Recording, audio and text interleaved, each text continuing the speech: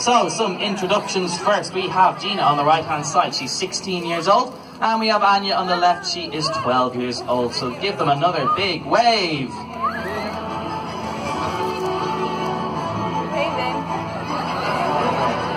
Now, Anya and Gina are sisters, so they do love to give each other a little bit of a kiss every now and then. But then they see all these big boys and girls are watching and they get a bit shy. So this is where you guys come in. We need plenty of encouragement, and they're cheeky chappies. They'll look for their applause, so please get involved. Thank you.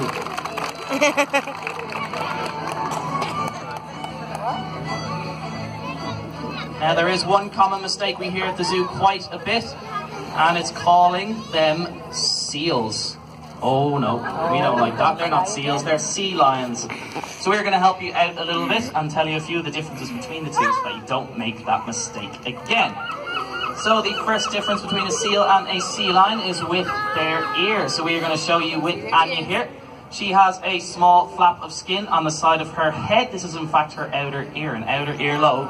That is very similar in functioning to a human ear. A seal, on the other hand, would have a small hole on the side of their head completely covered in fur. It'd be very, very difficult to see. But that's just one small difference. We maybe need something that's a little bit bigger as well to help us out a little bit more. And that is with their lovely flippers, as you can see. So a seal's flipper would be just the size of Rhea's hand.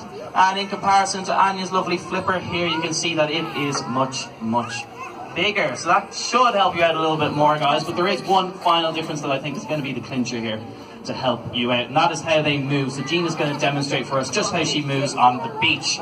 So she keeps herself elevated off the ground on all four flippers. She's quick, she's agile, and look how elegant she is. She can walk, run, jump, she could even climb stairs if she so wished to. But Gina, we want to know how a seal moves. That's not very elegant, is it? So they have those smaller flippers, can't quite keep themselves off the ground, so they drag their big fat tummies along the beach like Gina is so finely displaying for you here today. Give both our girls a big round of applause.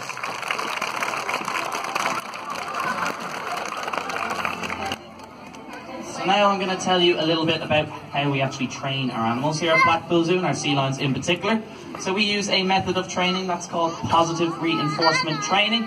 And that all starts with the use of a target stick. So this is just a plain white stick with a little bit of red tape on the end. And even though sea lions are actually colorblind, at a very early age, they can learn to touch their noses off the end of that stick. And this is really, really important, especially in those initial stages of training. For example, to pen up our sea lions during displays and things like that. Also, we can get Anya to come down for us onto our beach. She's come down for a little bit, back up again. But she can come down. We can get her to track that target stick along our beach and move with us.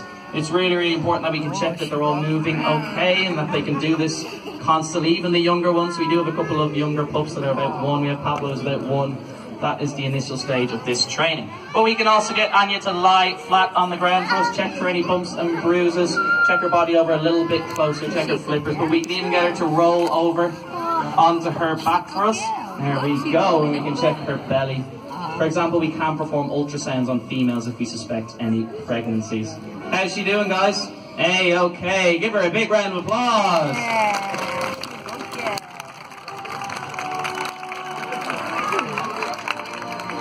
So what happens during this training? These sea lions begin to recognize hand signals. So if you watch closely enough, you might be able to see some of those during our display. So our trainer asks for a behavior. They do that behavior. The trainer blows her whistle and they get a lovely big fishy treat. If they don't want to do the behavior at that moment in time, that's perfectly okay. They can go away, come back, and they can get fish later.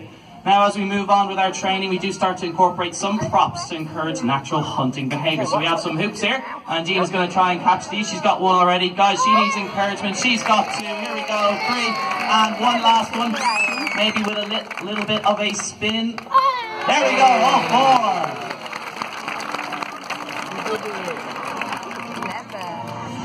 So this is not just as simple as throwing these hoops and hoping they catch them on their necks. It's actually really important to encourage hunting behaviour. They're hunters out in the wild, carnivores by nature. So we want to encourage them to use those long, muscular, very flexible necks, like they would out in the wild, to cut through water to be able to catch their fish. So this just reflects that a little bit as well. So we're going to get Gina to do it once again, guys, in the water. Look at her go. She's got 1, 2. Let's see if she can get all four again. That was a tricky one, but don't worry, she's got it on her neck. There we go, all four.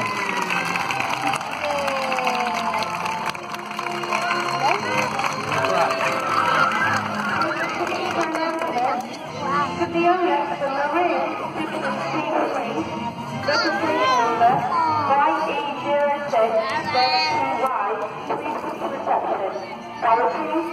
the owner of the maroon 623, registration number YE06ZTY, reception. Thank you. So there is another prop that we do use during our display, and once again it's to encourage hunting behaviour like they would do out in the wild, and it is a basketball. So I'm sure you can imagine what we're about to do with this.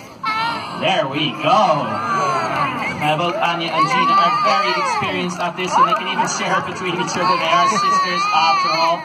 But what I want you to do, guys, is I want you to look a little bit closer. It's actually their whiskers that are doing all the work.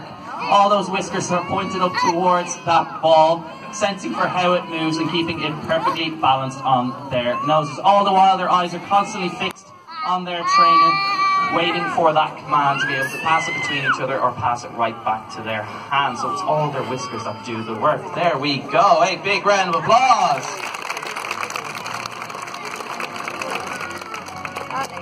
So out in the wild, when they dive into water,